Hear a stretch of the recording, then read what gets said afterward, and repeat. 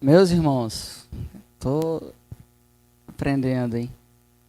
Meus irmãos, boa noite para quem ainda não havia cumprimentado. Que Deus abençoe a sua vida com paz, com a graça do Senhor Jesus. A gente quer ter um tempo aqui para poder ouvir a palavra de Deus, tempo para a gente poder ouvir o Senhor falar ao nosso coração. E a gente se alegra com a igreja reunida no nome do Senhor Jesus. Amém? Que coisa boa. Hoje pela manhã a gente teve um tempo muito gostoso também. Café da manhã, gostoso, para fortalecer o ânimo do pessoal. Foi coisa boa, viu? Se Deus quiser nós teremos mais, né? Foi bom, né? Merece mais, não merece? Cadê Dona Lúcia? Tá por aí? Ah, tá ali, ó. Ela já estava falando, a gente tem um ministério aí para a gente poder ter café, almoço, a igreja poder reunir, ter mais tempo de comunhão. Isso é bom, meus irmãos. É agradável para nós e agradável também aos olhos de Deus. Deus se agrada do povo dele reunido e ele derrama a bênção dele sobre o povo dele que se reúne para festejar, para celebrar a presença dele. E aqui hoje reunidos, celebrando a presença do Senhor, eu vou pedir para os meus irmãos, os que fazem parte daqui, da Nova Canaã, se colocarem de pé por gentileza.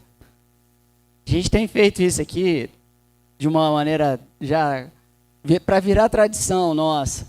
Os irmãos que estão de pé aí, que fazem parte da nossa igreja, olha aí e vê quem está talvez visitando a gente, que está sentado aí, dá as boas-vindas, dá um aperto de mão, dá um abraço no irmão aí que está visitando a gente.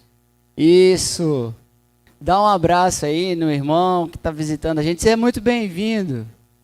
Deus abençoe a vida de vocês. Esse é um tempo gostoso mesmo. Pode sair do lugar aí, dar um aperto de mão, dar um abraço. Isso, aproveita aí, Verinha, dá um abraço mesmo no presbítero Adilson, isso é bom. A gente tem que ter tempo assim para receber e receber bem. Vocês são muito bem-vindos. Deus abençoe vocês, viu? Pode sentar, meus irmãos. Coisa boa. Nossa igreja, ela é importante que ela seja receptiva, que ela seja agradável àqueles que estão chegando, se achegando aqui no meio da gente. Se a gente se alegra e se agrada com isso, então a gente dá um aperto de mão, dá um abraço, pega o contato, convida para um café, isso deve fazer parte da nossa realidade. Meus irmãos, a gente vai fazer a leitura do texto do primeiro livro do profeta Samuel. No capítulo 23, nós leremos do versículo 9 ao versículo 18 do texto bíblico. Uma dica, assim, em relação aos textos do Antigo Testamento e Novo Testamento, é muito comum as pessoas dizerem assim, 1 Samuel ou 2 Samuel. Não é o correto, meus irmãos. É 1 Samuel, 2 Samuel, 1 Reis, 2 Reis. A gente fala assim porque são livros. Agora, no Novo Testamento, você sempre vai falar primeira e segunda, porque são cartas. Então, primeira carta de Paulo aos Coríntios, primeira carta de Paulo aos Tessalonicenses. Isso aí é só uma dica para a gente se habituando aos textos sagrados. Então, o primeiro livro do profeta Samuel, nós leremos o capítulo 23. Primeiro livro do profeta Samuel, capítulo 23, nós leremos do versículo 9 ao versículo 18.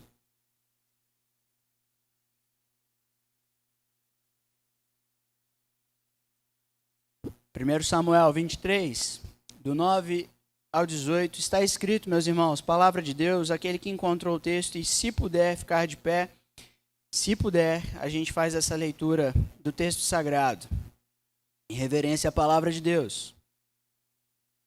Sabedor, porém,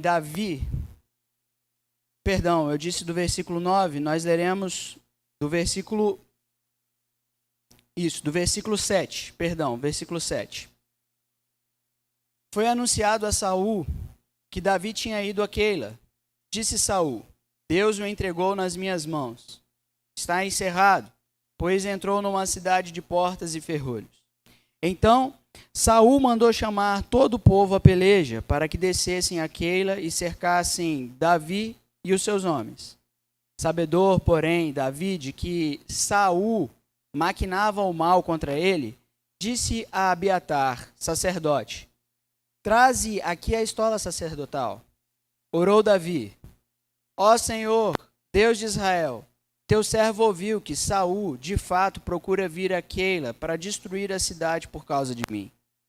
Entregar-me-ão os homens de Keila nas mãos dele? Descerá Saul como o teu servo ouviu? Ah, Senhor, Deus de Israel, faze-o saber ao teu servo. E disse o Senhor: descerá. Perguntou-lhe Davi: entregar-me-ão os homens de Keila, a mim e aos meus servos, nas mãos de Saul? Respondeu o Senhor: entregarão. Então se dispôs Davi com os seus homens, uns 600, saíram de Keila e se foram sem rumo certo. Sendo anunciado a Saul que Davi fugira de Keila, cessou de persegui-lo. Permaneceu Davi no deserto, nos lugares seguros, e ficou na região montanhosa, no deserto de Zif. Saul buscava-o todos os dias, porém Deus não o entregou em suas mãos. Vendo, pois, Davi que Saul saíra a tirar-lhe a vida, deteve-se no deserto de Zif, em Oreza. Então se levantou Jonatas, filho de Saul, e foi para Davi, a Oreza, e lhe fortaleceu a confiança em Deus. Ele disse: não temas, porque a mão de Saul, meu pai, não te achará. Porém tu reinarás sobre Israel, e eu serei contigo o segundo, o que também Saul, meu pai, bem sabe. E ambos fizeram aliança perante o Senhor. Davi ficou em Oreza e Jonatas voltou para a sua casa. Até aí a nossa leitura. A gente ora pedindo ao Senhor que fale ao nosso coração. Deus, por teu favor, por tua misericórdia e pelo amor do teu santo nome, fala ao nosso coração. Deixa a tua igreja ouvir a tua voz, Senhor. Livra-nos de qualquer impedimento. Livra-nos da dureza de coração. Livra-nos da cegueira e da surdez espiritual. E faze-nos ouvir a tua voz, Senhor. Por favor, Pai, a tua palavra. Fala ao nosso coração de maneira com que a gente saia daqui revigorado, renovado, fortalecido, encorajado pela tua palavra, Senhor. Nós te pedimos isso, Deus, em nome do teu Filho amado, Senhor Jesus. Amém. Amém. Os irmãos podem se assentar. Bem, irmãos, esse texto que a gente acabou de fazer a leitura, ele está dentro de um contexto maior. A gente olha para o texto e a gente encontra o Davi sendo perseguido pelo Saul. Mas essa não é apenas uma história desse bloco de texto que a gente acabou de fazer a leitura.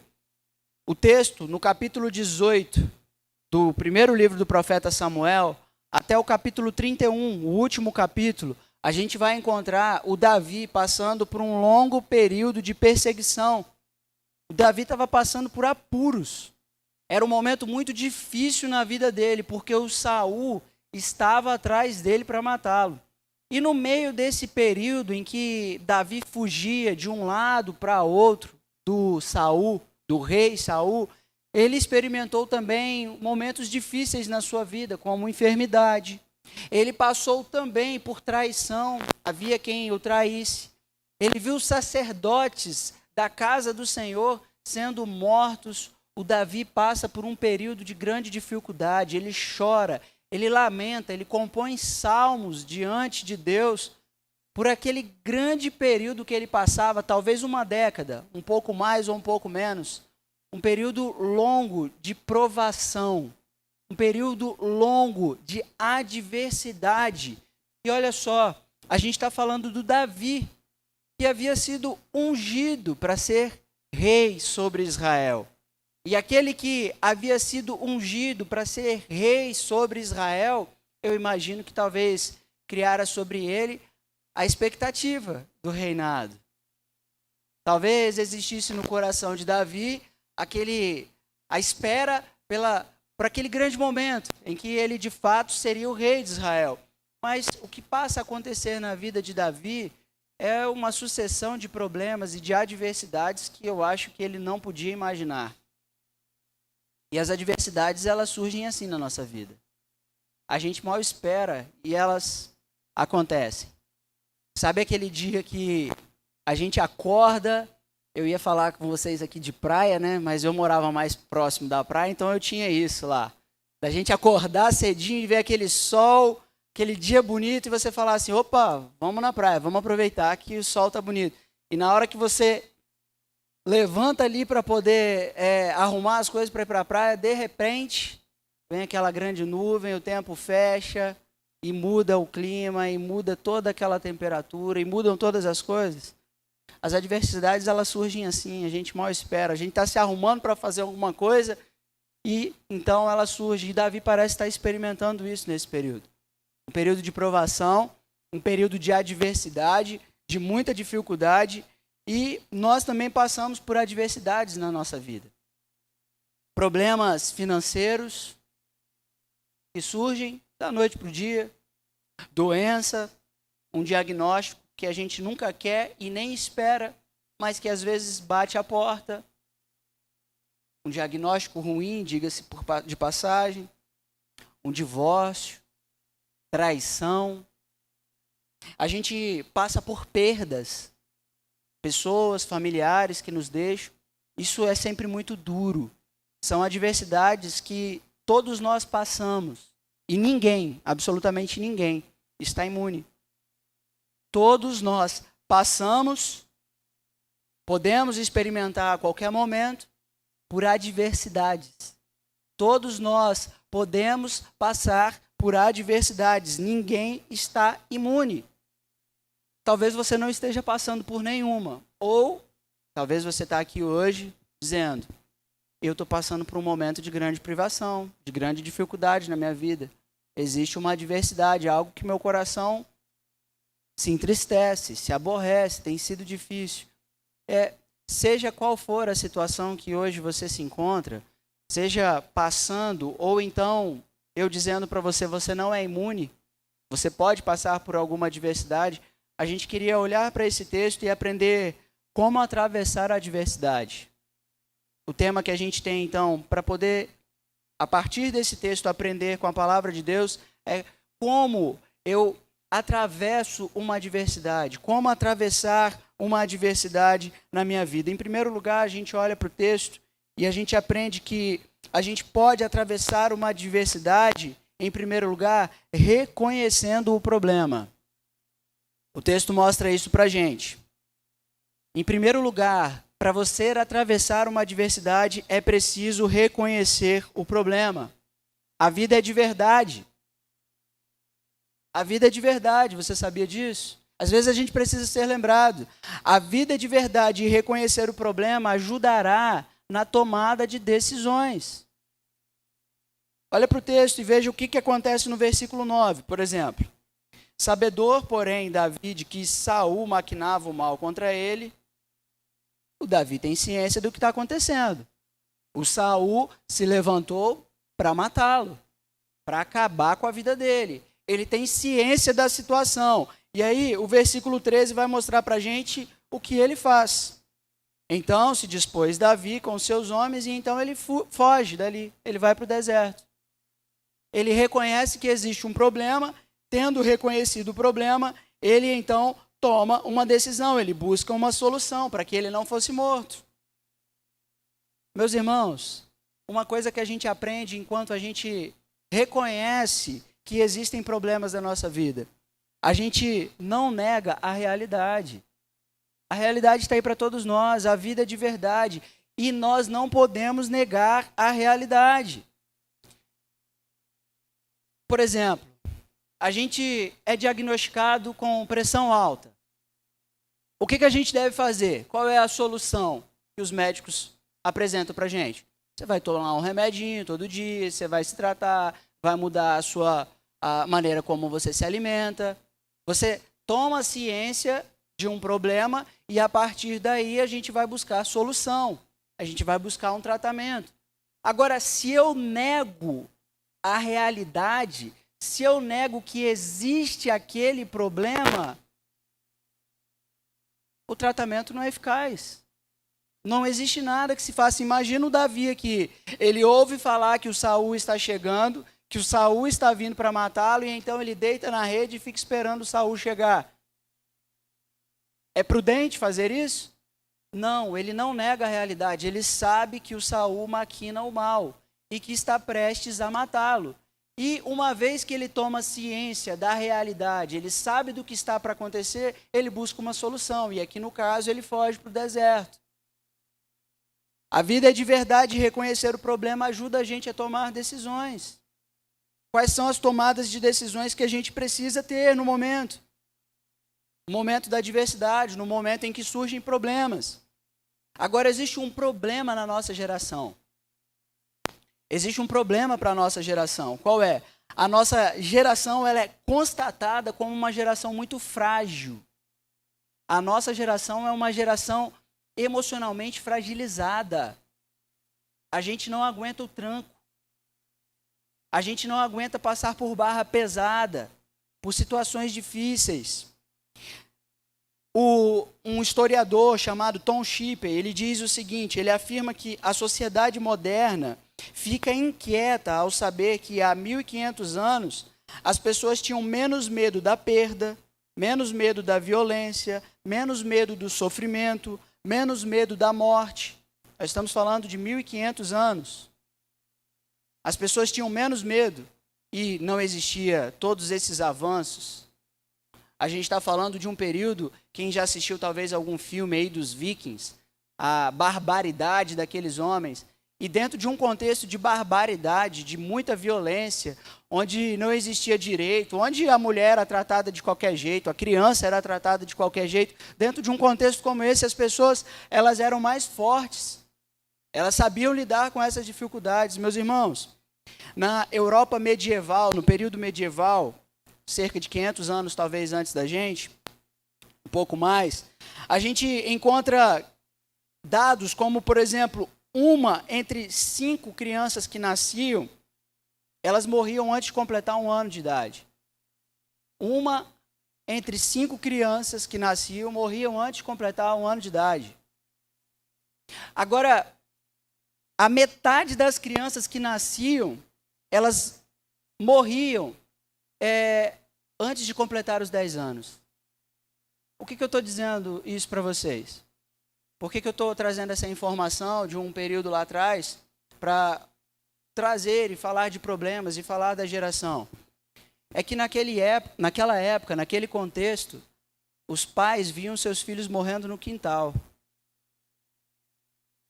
E quando a gente olha para os diários dessas famílias, a gente encontra diários que guardam ou registram a dor, registram o sofrimento familiar.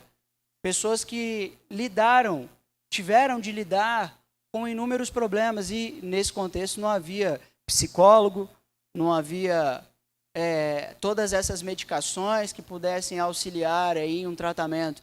Nada disso. As pessoas lidavam com perda, com morte, com dor, com todo tipo de adversidade em todo momento.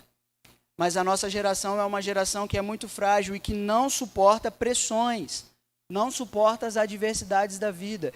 E enquanto a gente não suporta e não sabe lidar com essas pressões, a gente nega a realidade. A gente faz de conta que não é verdade a morte. A gente faz de conta que não é verdade que existem problemas. E a gente tenta levar a vida como se a morte não existisse, como se os problemas não existissem, fazendo assim uma negação da realidade, uma negação do que a vida é real. Um dia eu estava com os adolescentes, trabalhando na igreja, e eu disse para eles assim, eu tenho uma notícia para dar para vocês. E eles me olharam assim atentos, eu disse, vocês sabiam que os pais de vocês vão morrer? E eles me olharam assustados. É para assustar uma notícia dessa? A gente se esquece que é realidade. A gente esquece que pai, mãe, filhos passam por esse tipo de problema e que fazem parte da nossa vida, que fazem parte da realidade do nosso dia a dia. Agora, é impressionante como que a gente lida, como que é a nossa criação hoje, por exemplo, das nossas crianças. A gente vai vendo o quanto a gente torna frágil as nossas gerações. A gente tem um menino dentro de casa, uma criança dentro de casa, e ele passa e bate com a cabeça na quina da mesa. O que a gente faz? Mesa sua feia. Você não pode estar aí. Ó, tadinho. O que deve ser ensinado a esse menino que bateu cabeça? Ele precisa entender que existe uma mesa, que existe um ambiente, que ele tem que respeitar o lugar. E aí a gente não entende o quanto a gente fragiliza as nossas gerações com esse tipo de criação, quando a gente omite que existem problemas. Não adianta querer esconder e privar a vida dos nossos filhos, as nossas vidas, da realidade. É real a dor. Quer ver? Imagine você, meu irmão, minha irmã, dando uma topada aqui, batendo com a quininha do dedo aqui, sabe? Na cadeira, e eu, o pastor, falando para você, olha lá o avião. Não é assim que a gente faz com as nossas crianças? Tenta disfarçar a dor, fazer de conta que não existe. Não é assim. A dor é real, o sofrimento é real, e a gente precisa lidar com essas questões de maneira real. A gente precisa reconhecer que existem esses problemas. Saber que existe um problema faz com que a gente possa lidar com ele. Como que você lida com os seus problemas hoje? Fugindo deles? Fazendo de conta que eles não existem? Deixando para depois, lá para frente? Ou assumindo a vida como uma realidade? O cristianismo, meu irmão, minha irmã, ele não nega a dor. Não nega a existência de sofrimentos e de problemas. O Senhor Jesus disse aos seus discípulos: no mundo vocês terão aflições. O cristianismo não nega a existência de problemas, de sofrimentos, de angústia, de adversidades. No mundo vocês terão aflições. E a vida é de verdade. Reconhecer ajuda na tomada de decisões. Saber que existem esses problemas, saber que existem essas adversidades, auxiliam a gente na tomada de decisões para que a gente possa atravessar pela adversidade, para que a gente possa passar por ela. Porque o grande problema da adversidade é a gente ficar parado, estático, sem nenhuma reação, sem nenhuma ajuda. Agora, passar, atravessar por ela, traz a ideia de um movimento. A gente está em movimento e a gente vai chegar do outro lado. A gente vai conseguir passar por ela.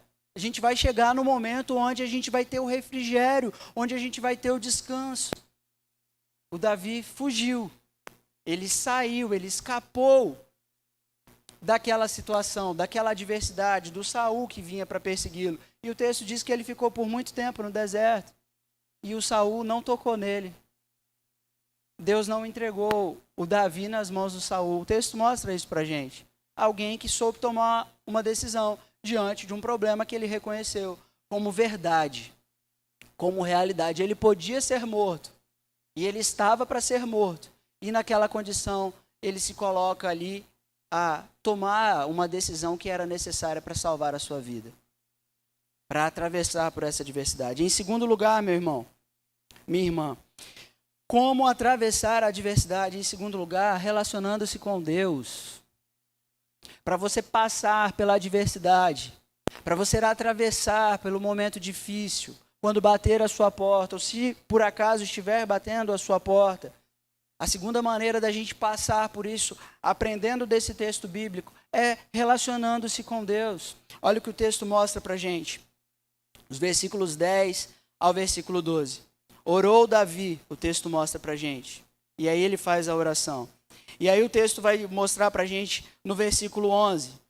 E disse o Senhor, Deus está falando com Davi. E aí no versículo 12, pergunta então Davi ao Senhor. E aí o Senhor responde a Davi. A gente encontra essas palavras, esses verbos aí no texto do 10 ao versículo 12. Orou, disse, perguntou, respondeu. Essas 4 palavras, elas são a tradução da mesma palavra no hebraico, vaiomer, que é uma palavra que está mostrando para a gente um relacionamento entre Davi e Deus, Deus e Davi. Um está dizendo para o outro as suas coisas. Não é isso?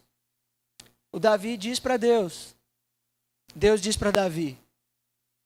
Então Davi novamente diz para Deus, e Deus novamente responde, diz para Davi. Ele fala com Davi.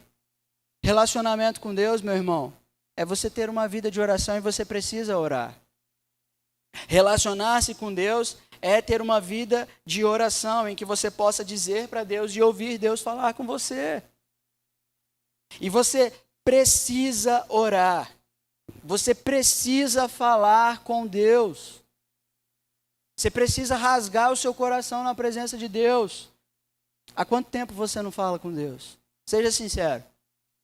Eu não estou falando, quando eu digo, há quanto tempo você não fala com Deus, eu não estou falando aqui, aquele falar, igual a gente fala ali na porta. Ei, tchau, Deus abençoe, tá tudo bem. Não estou falando desse tipo de falar. Se eu perguntar, você falou com o pastor ali na porta? Falei, dei tchau para ele. Não é desse tipo de falar, eu estou falando de você expor a sua intimidade. De você mostrar para Deus aquilo que está doendo no seu coração. O que o Davi está fazendo diante da adversidade, diante daquela notícia que ele teve, a notícia ruim de que Saul estava vindo atrás dele. Ele se coloca a falar com Deus. E você, o que tem feito diante da adversidade? Há quanto tempo você não fala com Deus? E você precisa falar com Deus. Você precisa se colocar na presença de Deus, você precisa ouvir a Deus, ouvir Deus falar por meio das Escrituras, falar através da Bíblia, o Espírito Santo falando com você por meio da palavra. Isso é necessário para a gente atravessar, para a gente passar pelas adversidades da vida. Queria que você abrisse o Salmo 143.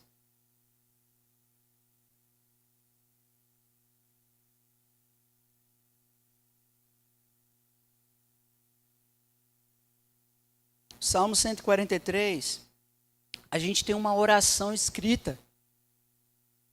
A oração de Davi, a gente tem um texto bíblico em que a gente pode usar como suporte para a nossa oração. Para a disciplina espiritual da oração, aquilo que a gente pode fazer no nosso dia a dia. Olhe para o verso 1 do Salmo 143. Atende, Senhor, a minha oração. Dá ouvidos às minhas súplicas. Responde-me segundo a tua fidelidade, segundo a tua justiça. Olha o que esse texto está mostrando para a gente. Um clamor do Davi diante de Deus. Você pede a Deus, você implora a Deus para Ele te responder. Eu não estou falando, igual eu disse para vocês aqui agora, daquele falar ali fora, que a gente só se cumprimenta e vai embora. Eu estou falando de uma coisa mais profunda, mais íntima, em que você diz para Deus, responde-me, Senhor, por favor. Eu peço, eu imploro por uma intervenção do céu. Eu sou incapaz, eu não posso mudar a situação. Responde-me, Deus. Quanto tempo você não se coloca de joelhos na presença de Deus a pedir para uma resposta, para que Ele fale com você, para que Ele fale ao seu coração? Olha para o texto bíblico. Veja o versículo 2, o verso 2, o que está escrito. Não entres em juízo com o teu servo, porque à tua vista não há justo nenhum vivente. O salmista se coloca diante de Deus, reconhecendo os seus pecados e as suas falhas. Há quanto tempo você não confessa para Deus que você vive uma vida de pecados? Há quanto tempo você não reconhece diante de Deus que a sua vida está torta? E você fala para Ele abertamente. Eu sei que eu não sou justo diante dos seus olhos. Eu sei quais têm sido as minhas atitudes diante dos teus olhos santos. Quanto tempo a gente não fala com Deus dessa forma, meus irmãos? De abrir o coração e de falar para Ele da nossa vida. Olha para o versículo 3, para o verso 3, o que está escrito. Vocês querem ler? Por favor, faça uma leitura aí desse texto, verso 3. Vamos lá, vamos de novo. Pois o inimigo me tem perseguido a alma, tem arrojado por terra a minha vida, tem me feito habitar na escuridão como aqueles que morreram há muito. Olha para o texto, um lamento. Alguém que está sentindo o peso da perseguição, da situação, da adversidade e está lamentando diante de Deus. Olha para o verso 4 que está escrito, por gentileza, leitura da nossa igreja. Por isso, dentro de mim,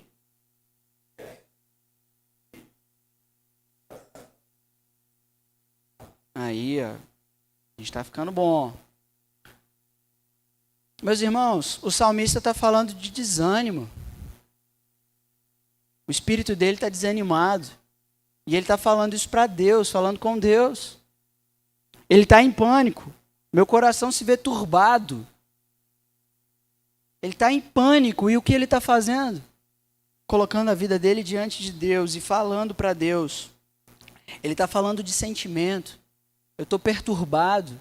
Eu estou em pânico. Eu estou desanimado. E tudo isso ele fala para Deus. Ele diz para Deus o que ele está sentindo. Você pode fazer da leitura bíblica, meu irmão, minha irmã, a sua oração. Se você tem dificuldade com palavras, a Bíblia te ensina a orar através do próprio texto bíblico. Você pode tomar um texto como esse e fazer do texto a sua oração. E dizer para Deus aquilo que o salmista, alguém como você, que passou por adversidade com você, o salmo é de Davi, que experimentou um longo período de provação e que diz para Deus, Deus, eu estou em pânico, eu estou desanimado, responde-me. É olhar para o texto, olhar para as Escrituras e fazer das Escrituras a nossa oração diante de um Deus santo que ouve a nossa voz e que nos responde, meus irmãos. Para atravessar a adversidade, você precisa se relacionar com Deus. Para passar pelo período da provação, é importante, é fundamental que você fale com Deus e que você o ouça.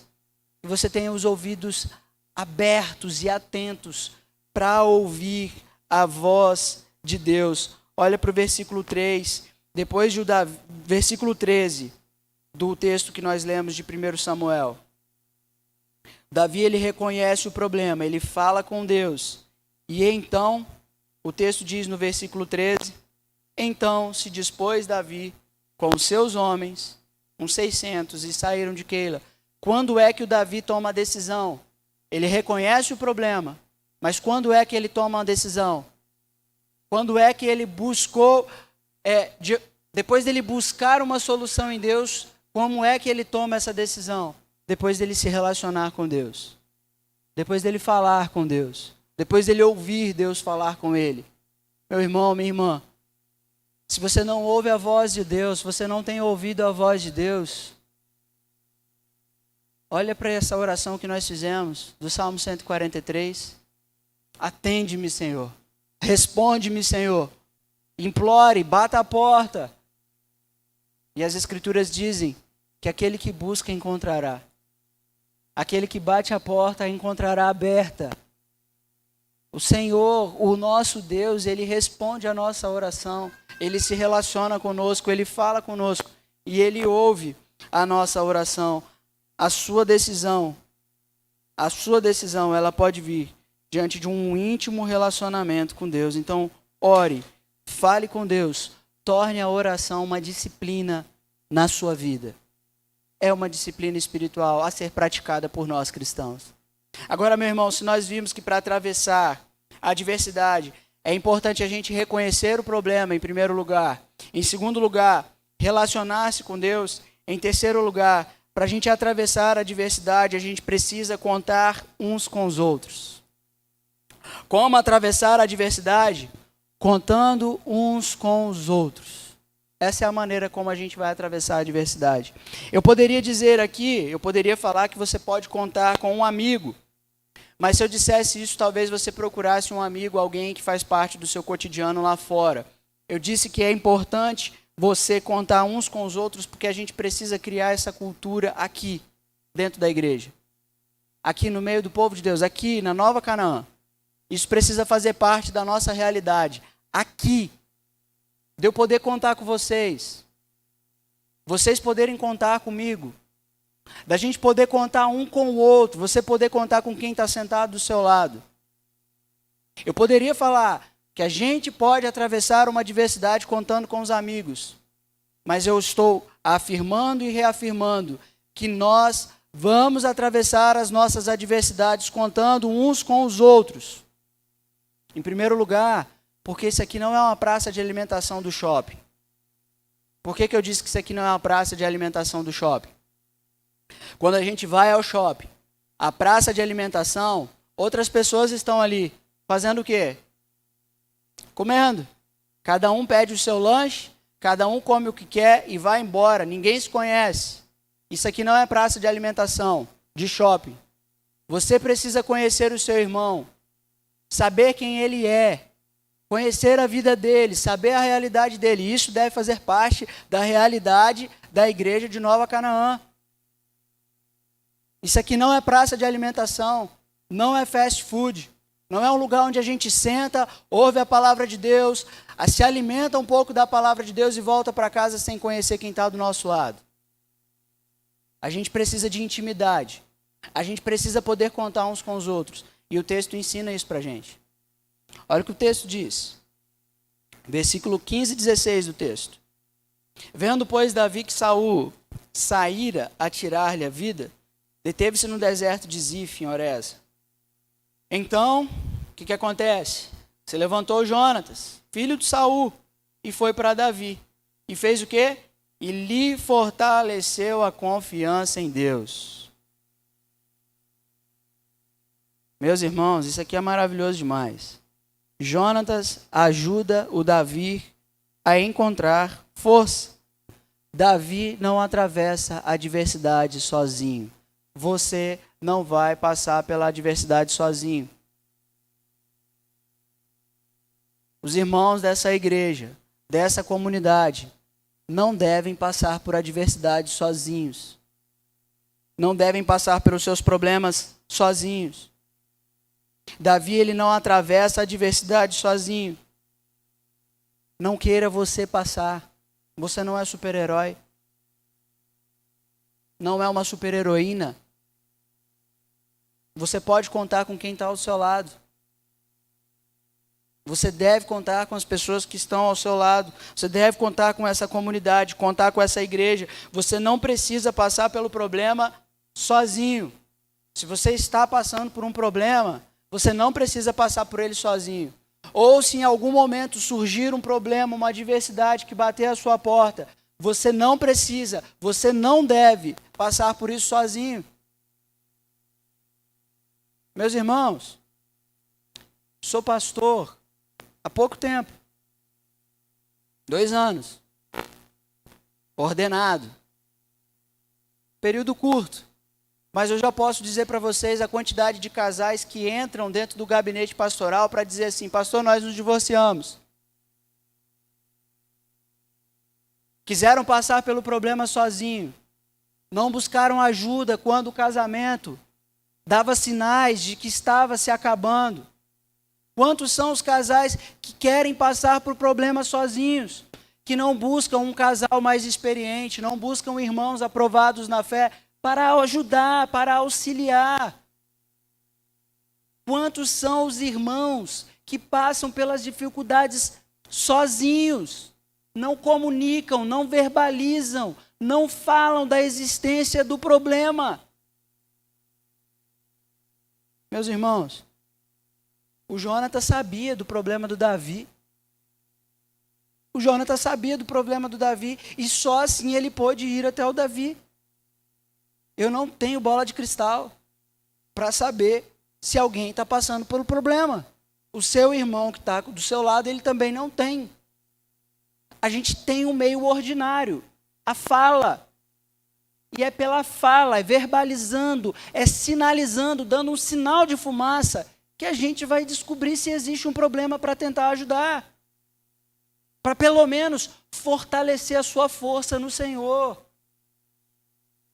para ajudar você a atravessar aquele momento com fé, com confiança no Senhor. O Jonatas não resolveu o problema. O Jonatas não matou o Saul. O Jonatas não deu o jeito de esconder o Davi. O Jonatas fortaleceu a fé dele. Ajudou ele a ter confiança para ele passar pelo problema, para ele passar pela adversidade.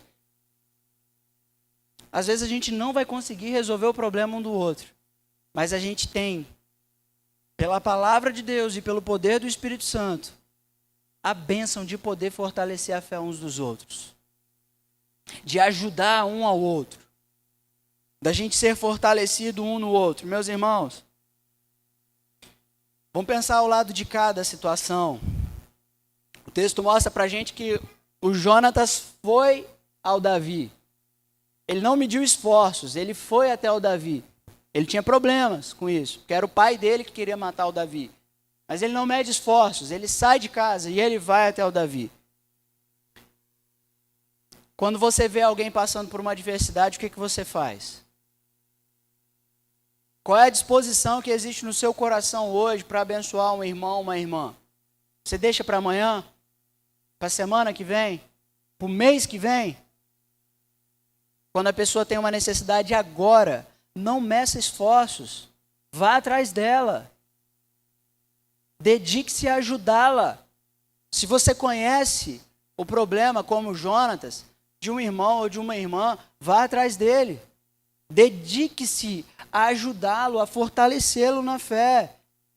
Vamos pensar ao lado de cada situação. A gente na condição de ser o Jonatas, de ser quem pode ajudar, quem pode auxiliar, a fortalecer um irmão, uma irmã. Eu fiz capelania na Unicamp, em Campinas, e aí, o período que eu tive lá, eu encontrei muitos pacientes solitários. Solitários, sabe de quem? De família. Eram pacientes, gente em estado terminal, e que eu chegava, entrava no quarto, pedia licença, e a pessoa me recebia, toda desconcertada, mas demonstrando alegria, e dizia para mim assim: eu tenho familiares, eu tenho filhos, mas eles estão trabalhando. Não, eles não vêm aqui porque eles estão trabalhando. Morrendo no hospital, sozinhos. E o nosso esforço para levantar dinheiro, para realizar sonho, enquanto os nossos irmãos sofrem, padecem, sem uma visita, sem um cuidado, sem uma demonstração de amor, de afeto, de carinho. A gente é tão liso, tão bagre e saboado, que a gente encontra pessoas passando por dificuldade, a gente fala assim: Deus te ama, Jesus te ama. Mas a gente é incapaz de dizer: eu te amo, meu irmão. A gente transfere o amor todo para Deus, a responsabilidade toda para Deus e diz: Deus te ama. Como se a gente não deve, como se não fosse nosso dever amar a quem Deus ama, a quem Deus quer cuidar. Quantas são as pessoas que estão sofrendo e padecendo, precisando de cuidado, precisando de mim, precisando de você.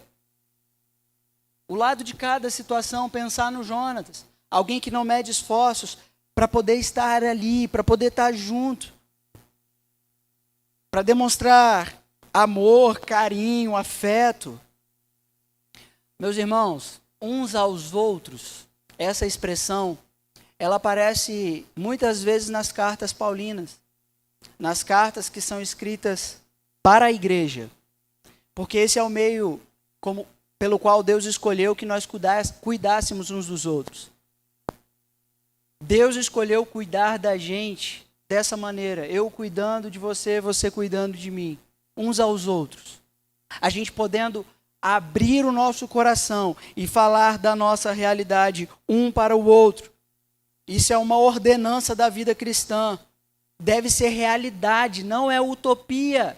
A gente vai pensar assim: não, mas aí o pastor quer demais.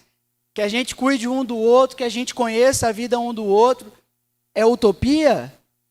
Olha para o que está escrito em Atos capítulo 2, a igreja crescendo, gente sendo acrescentada, e quem estava de fora, vendo a igreja, um cuidando do outro, irmão que vendia bem para poder abençoar o outro, o irmão que sabia da dificuldade do outro, que estava ali, que estava próximo, que estava ajudando. O texto em Atos capítulo 2 diz que eles contavam com a simpatia de todo o povo. Por quê? É óbvio, uma igreja que cuida um do outro, quem está lá de fora fala assim, eu queria fazer parte desse negócio. Eu queria saber o que é. Esse povo cuida um do outro. Esse povo, se tem um que está chorando, está todo mundo chorando junto. Que negócio é esse? É de outro mundo. É de outro reino.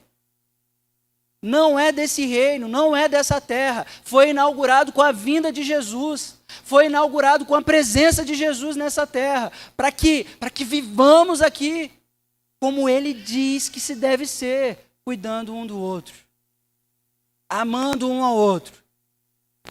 Se você acha, se você acredita que Deus ama a pessoa que está do seu lado, a maneira de você demonstrar que você crê nisso é você amando essa pessoa, cuidando dessa pessoa, abençoando essa pessoa, encorajando essa pessoa. Essas expressões que aparecem no Novo Testamento, exortem uns aos outros, consolem uns aos outros, encorajem uns aos outros. Vocês acham que é dever do pastor? Também. Mas dentro da comunidade cristã, isso é papel, é ofício de todos vocês. O nome disso é sacerdócio universal. Jesus usa vocês. Jesus não usa apenas o pastor, o presbítero, usa também, louvado seja o nome do Senhor, mas usa você também, meu irmão, minha irmã. É sacerdócio universal. Deus deu a você o Espírito Santo para você consolar, para você exortar, para você encorajar um irmão, uma irmã que está passando por dificuldade. É o poder dos céus dado à igreja, que às vezes não faz uso. Aqui um alerta para nós, para a igreja. Davi recebeu ajuda. Ele recebeu porque Jonatas sabia da situação. Meu irmão, conte com a ajuda de quem quer te fortalecer no Senhor. Conte com a ajuda de quem quer te fortalecer no Senhor. Como atravessar a adversidade? Contando uns com os outros. Isso precisa ser uma realidade em Nova Canaã. Se não se tornar uma realidade, estejamos nós cientes de que estamos em pecado, porque não estamos cumprindo aquilo que Deus designou para a igreja, para o seu povo, para esses homens e mulheres que sentam aqui nesse banco, que cultuam ao Deus vivo, que louvam ao Deus vivo. Estejamos cientes, meus irmãos, que não cuidar uns dos outros é estar em falta com o Senhor Deus. E que o Senhor tenha misericórdia de nós. Que a gente seja estartado para isso. Para essa nova realidade que Jesus dá para a sua igreja, para o seu povo. Agora, por que nós devemos contar uns com os outros? Você olha para o texto e percebe que Jonatas e Davi, eles têm uma aliança. E essa aliança que esses dois irmãos, esses dois amigos têm um com o outro, é que faz com que eles tivessem esse cuidado, esse zelo. O Jonatas de sair desprendido, sem medir esforços para ajudar o Davi, porque havia uma aliança. Havia uma aliança entre Davi e Jonatas. Agora, entre eu e você também existe uma aliança. O sangue do Cordeiro que foi derramado para que o meu pecado fosse perdoado e o seu também. E porque eu e você, que cremos em Jesus, foi dado a nós o direito de sermos chamados filhos. E porque eu e você somos filhos, nós somos irmãos um do outro. Então, para eu cuidar de você, o sangue de Jesus foi derramado naquela cruz do madeiro. Não cuidar um do outro é fazer pouco juízo, pouco valor do sangue de Jesus. É desprezar o sangue que foi derramado para que eu e você tivéssemos aliança. Para que eu e você fôssemos tidos como irmãos. Irmãos. Irmão e irmã não é vocábulo de crente. Irmão e irmã não é maneira de chamar um crente. Irmão e irmã é um direito que eu e você recebemos da cruz de Jesus. É por isso que eu sou seu irmão. É por isso que nós somos irmãos. Por causa da obra de Jesus, por causa do sacrifício dele. Então existe uma aliança entre nós. Aliança em Cristo. Eu e você estamos nele. E estando nele, nós devemos contar uns com os outros. Ajudar uns aos outros. Meu irmão, eu já fui cuidado pela igreja. Eu queria encerrar contando isso para vocês.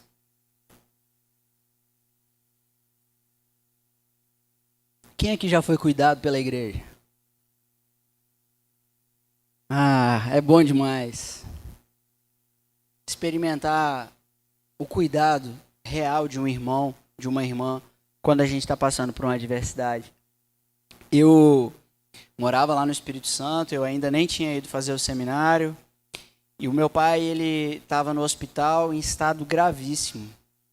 A situação do meu pai era de morte. Ele foi internado, UTI, baleado, havia tomado tiro na cabeça, situação gravíssima. E aí eu lembro que no domingo de manhã eu havia ido para a igreja para participar da escola bíblica dominical e não pensem vocês que eu estava vivendo como se não tivesse acontecido nada. Eu estava no meio de uma adversidade. O meu coração estava entristecido, eu estava preocupado, eu estava angustiado, as notícias médicas não eram boas. E eu lembro que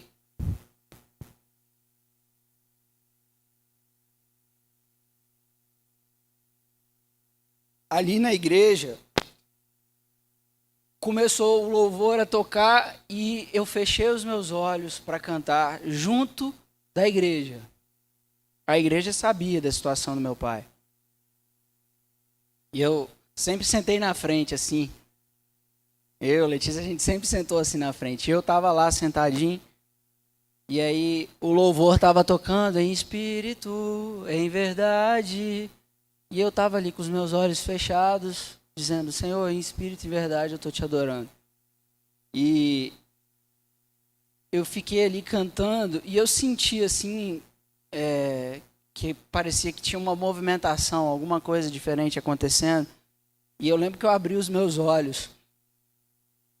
E a igreja tinha saído todinha do banco, encostado do meu lado, com as mãos e orando por mim naquele momento difícil, no meio daquela adversidade. E poder contar com a igreja marcou a minha vida. Isso é especial, meus irmãos. A gente poder contar uns com os outros. Saber que quando a adversidade vem, a gente não está sozinho. A gente vai atravessar. A gente vai chegar do outro lado. O texto que a gente leu, Isaías 43, a gente leu aqui na abertura, ensina pra gente o seguinte: quando passares pelas águas, quando passares pelo fogo, o fogo não é o estágio onde a gente fica parado. As águas não são lugares para a gente ficar parado. Se a gente ficar parado na água, a gente vai morrer afogado. Parado no fogo, vai queimar. A gente está passando pelas águas. Essa é a ideia do texto.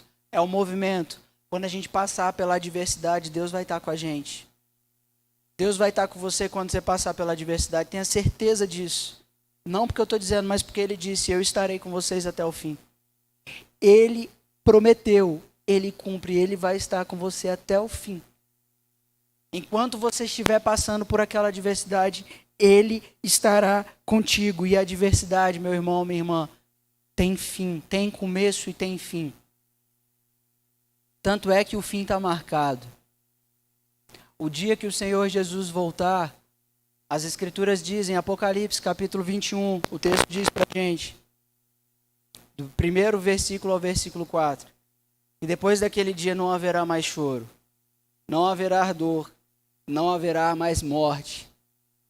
Tudo isso acabará. Toda a adversidade que é proposta para nós e que nós podemos passar, ou que talvez a gente esteja passando, tem data marcada, tem fim. Ele está presente com a igreja dele. Ele está presente com o seu povo até o dia dele voltar. Amém? Feche seus olhos para a gente orar. Se você pudesse colocar de pé para a gente fazer essa oração.